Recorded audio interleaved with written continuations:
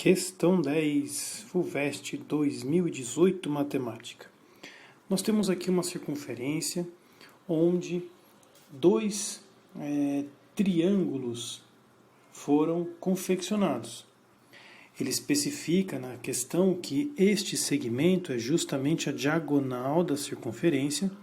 Também fala que essa circunferência tem raio 1 e define esses arcos x e y, que fazem parte da resposta, pois nós temos que calcular a área da região rachurada.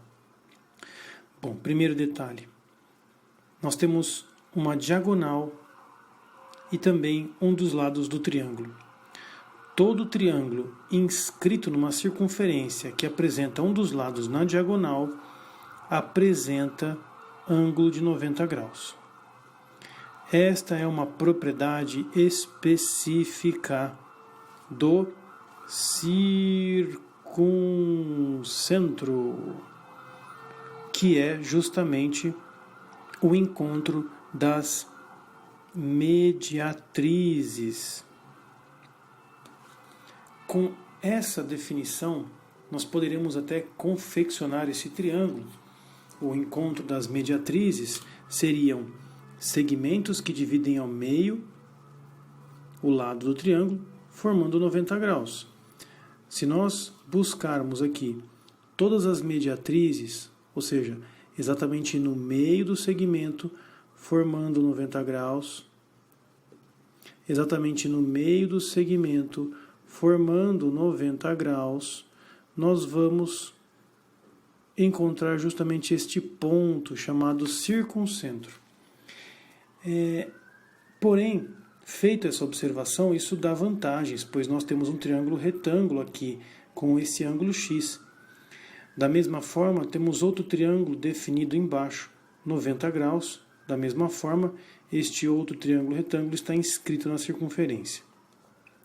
Feitas essas observações, vamos chamar aqui algumas medidas. Por exemplo, esta medida toda será A, esta eu vou chamar de B, esta eu vou chamar de C e esta medida eu vou chamar de D. Como nós temos triângulos e existem alguns arcos, eu posso usar algumas áreas específicas. Inclusive, nos será muito importante esta informação do diâmetro, que vale 2. Inclusive, é a hipotenusa desses dois triângulos retângulos.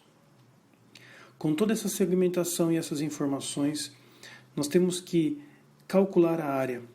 A área x, que é a região rachurada, será a área da circunferência menos a área de dois triângulos, que seria esse triângulo 1 menos a área do triângulo 2.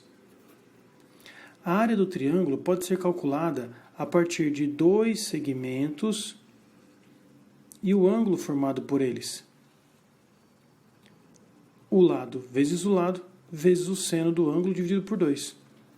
Portanto, nós podemos descrever toda essa igualdade como sendo 2 vezes b vezes o seno de x, tudo isso dividido por 2.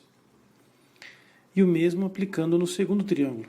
Nós temos o mesmo lado 2 e o lado dzinho e o ângulo y.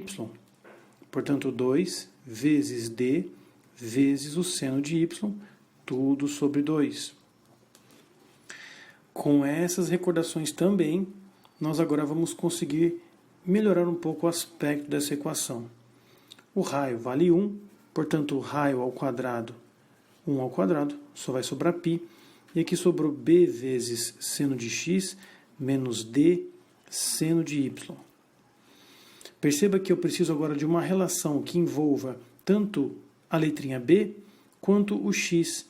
E perceba que ele é adjacente a x. Pois é, nós temos que calcular agora aqui o cosseno de x. Cosseno de x é bzinho sobre 2. Da mesma forma, nós vamos calcular o cosseno de y. O cosseno de y é dzinho sobre 2. Perceba que nós podemos isolar agora bzinho e dzinho. Bzinho é 2 cosseno x, enquanto que dzinho também é 2 cosseno y. E essas duas informações, podem ser substituídas aqui nessa sentença.